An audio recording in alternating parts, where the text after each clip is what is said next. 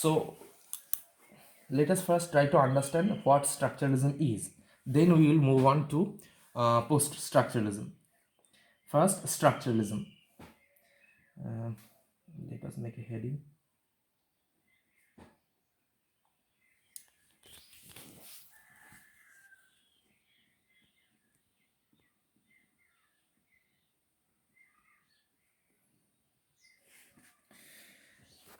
Now, structuralism, in order to understand structuralism, we first need to understand what do we mean by structure, or how structuralism works.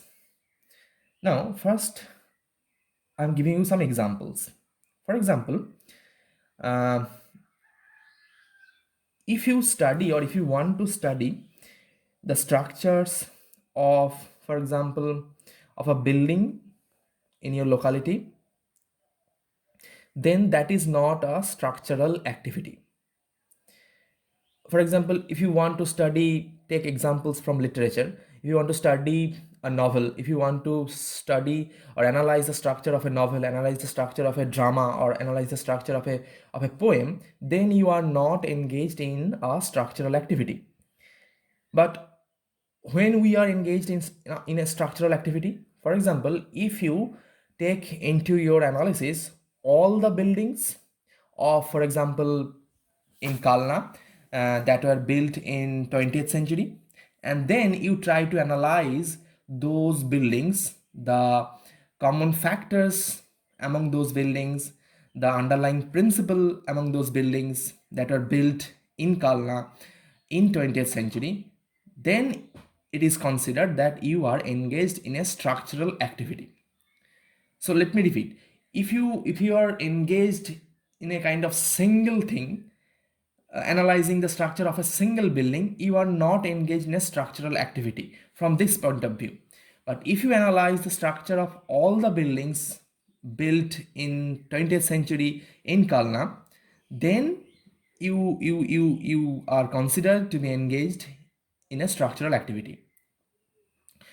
So uh, a structural activity does not take into account mm, a sporadic thing. It takes into account a comprehensive thing. For example, if you analyze the symbols of a particular novel, of a particular drama, or of a particular poem, you are not engaged in a structural activity. But if you analyze the tropes, I hope you understand tropes, which comes from motif, symbol, image, symbol, motif, trope. If you analyze the trope of an author's work, then you are considered to be engaged in a structural activity, because while you analyze the trope, you find out the common factors, common symbols, common motif in an author's work, not just in a particular work, particular novel or drama, but in an author's oeuvre. So this is what we understand by structuralism. Now, this structuralism has so this is what we get as introduction. Now, let us move on. This structuralism actually emerged particularly from language, because uh, language is the founding principle of human existence. So, this structuralism also emerged from what we call linguistic structuralism.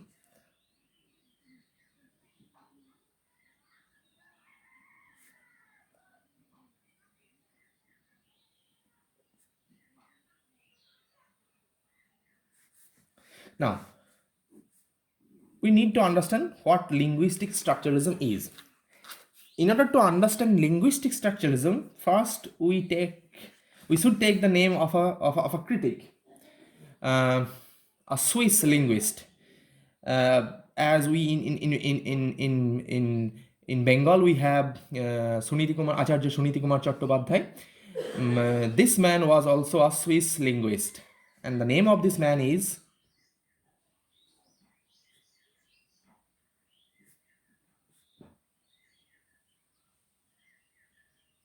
Ferdinand de Saussure. Some people call Saussure, but we will call Ferdinand de Saussure, a Swiss linguist.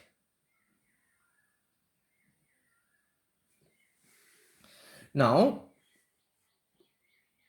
he delivered some lectures on language, on structure of language, how language functions over a period of time. He delivered some lectures over a period of time, and his lectures were later on, um, I mean, recovered from the notes. I mean, he lectured to his students, and his students actually recovered his lecture from their notes, and this was compiled as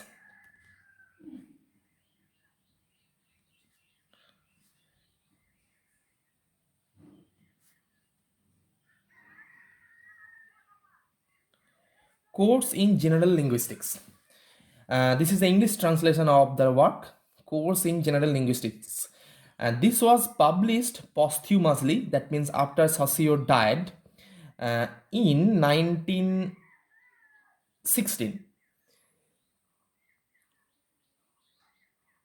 In this, Saussure talks about the structure of language.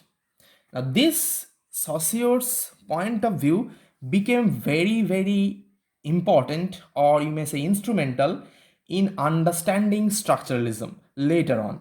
Now, what are the points that Saussure talks about? What are the main points that Saussure talks about in his course in general linguistics? Let us first look at them. First, that Saussure talks about in this is two things: diachronic study,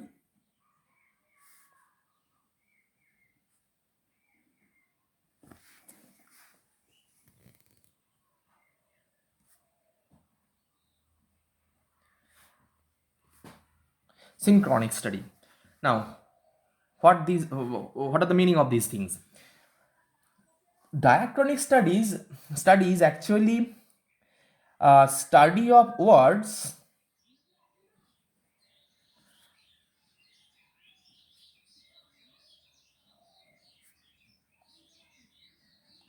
through decades.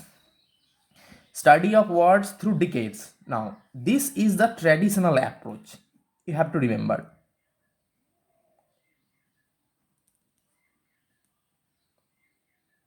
Traditional approach means this is how we have understood the meaning of a word, how the meaning of a word evolves through time. For example, take the word villain.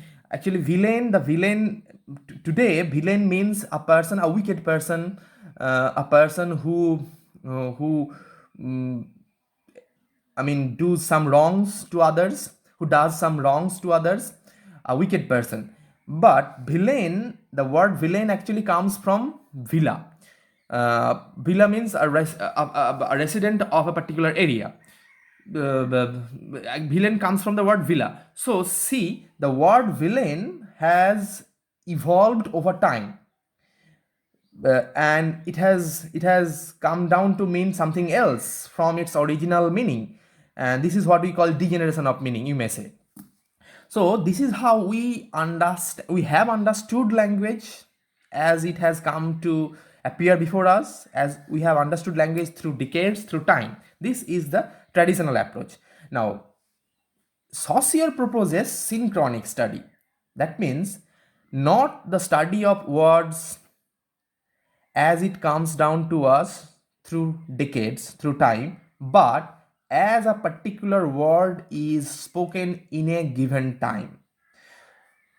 So, for example, uh, take again villain. Saussure is interested in synchronic study. That means Saussure is interested in how this villain is spoken by different people at a particular time. For example, today is 24th, 25th, 24th March 2020, and the time is 8 a.m. how this villain is spoken by various people, by different people at the same time. This is what socio takes interest in, not as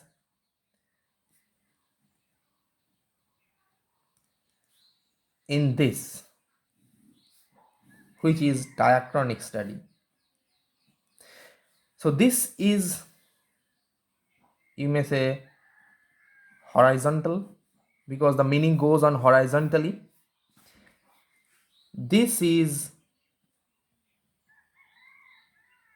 vertical, because how a particular word is spoken at a particular given time. Saussure is interested in this, not in this. So he negates this approach and he takes up this approach. So we get diachronic study and synchronic study, and Saussure emphasizes in synchronic study as opposed to diachronic study of words or meaning, right? Number one. Number two, um, Lang and Parole. Now, another pair that we need to understand is Lang and Parole.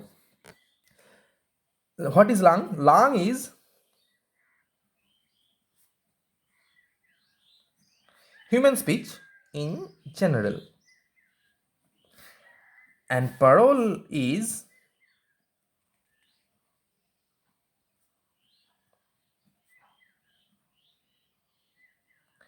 individual utterances. Now,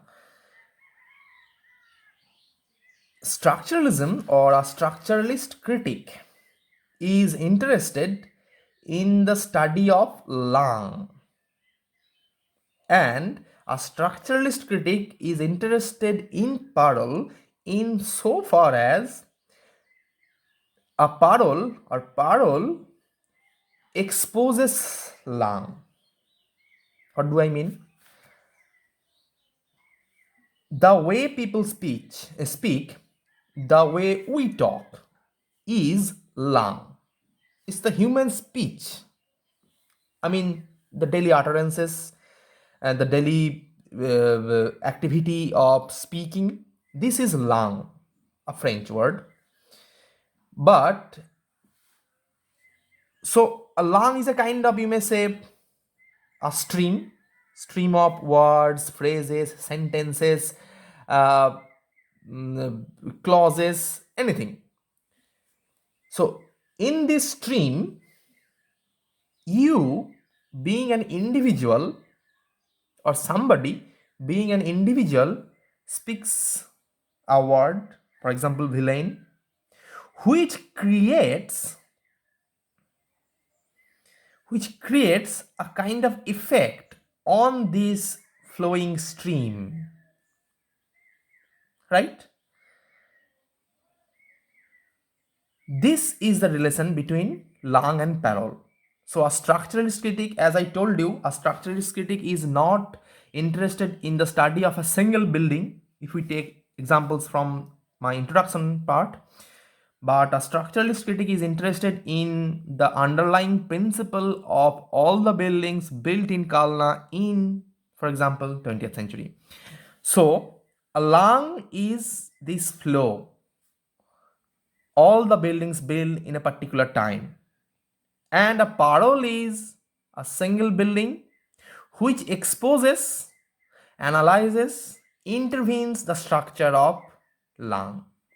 So a structuralist critic is interested in Lang proper, and a structuralist critic is interested in parole in so far as a parole exposes Lang, right? Next pair, and this is, I think, the most important pair.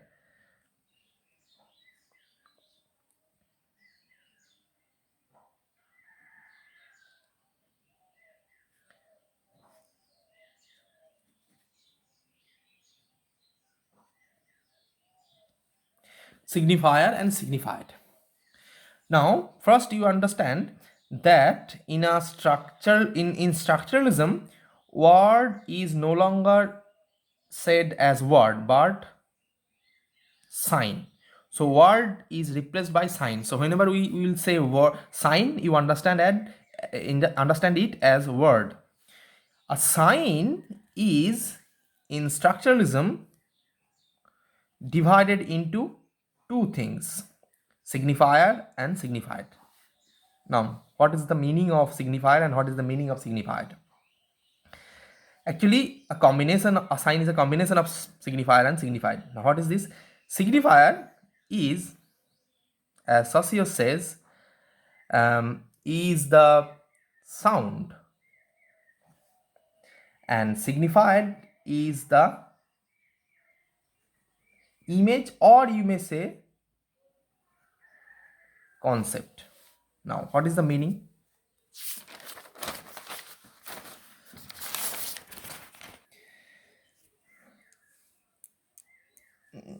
Signifier, I'm writing it again.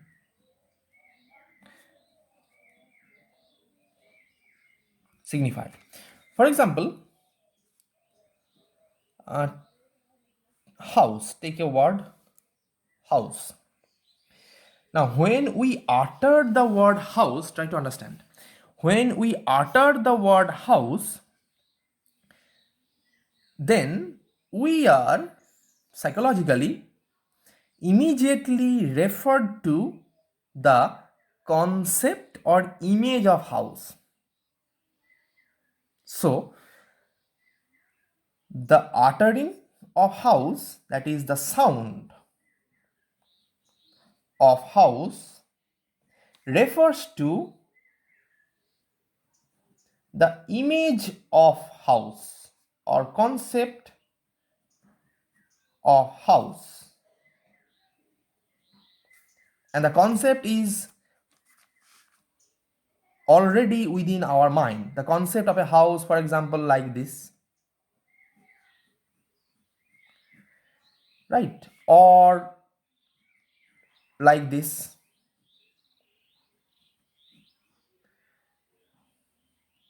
Whatever you say. According to Saussure, the sound refers to image, and that's how we get a word or sign. So signifier is the sound, for example, of house, and signified is the image, for example, of the image of house. So whenever we say I need to go to my home, then the sound of I need to go to my house refers to a concept that there is a house somewhere, and I will go there and take rest and have food and etc. etc. So this sound refers to a concept. Now Saussure said that the relation between the signifier and the signified is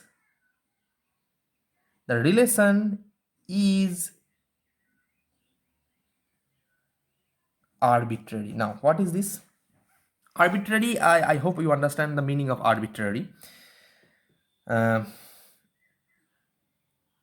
Saussure said that there is no logic between the fact there is no logic of the fact that this image or this sound of house will always refer to this concept or image.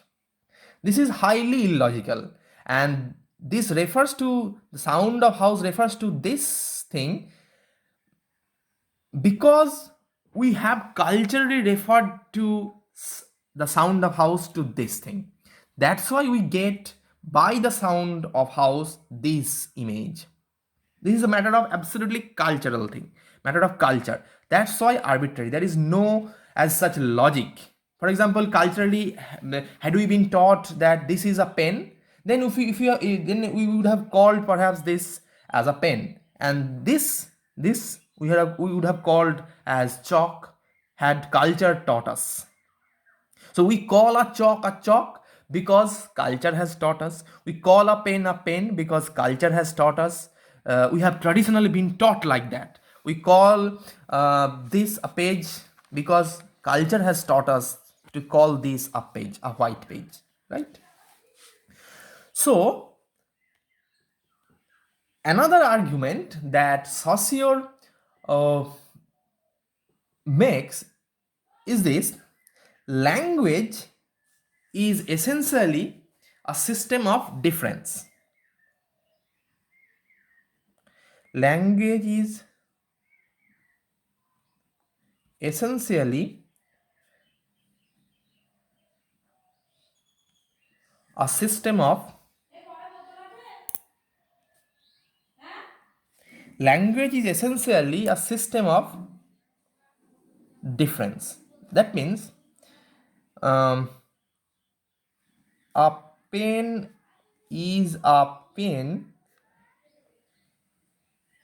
because it is not a chalk, not a house, not a duster, not a table, mm, not a board, and so on and so forth. So a pen is a pen because it is not any other thing. As I told you, there is no absolutely logical relation between the sound and the image. Had we been taught this to call a pen, this to call a duster, then we would have perhaps called this a duster instead of home or house. So a duster is a duster because it is not a pen, not a board, not a table, not a chair, not a bench, right? So a language is essentially a system of difference. Now from this we move on to what we call post uh, structuralism. I hope you have understood the basic tenets of structuralism, because if you do not understand the basic tenets of structuralism, particularly this, the relationship between signified and signified, the arbitrariness, and this language being a system of difference, you will not be able to understand post-structuralism. I stop here. In my next part 2, I will focus on post-structuralism.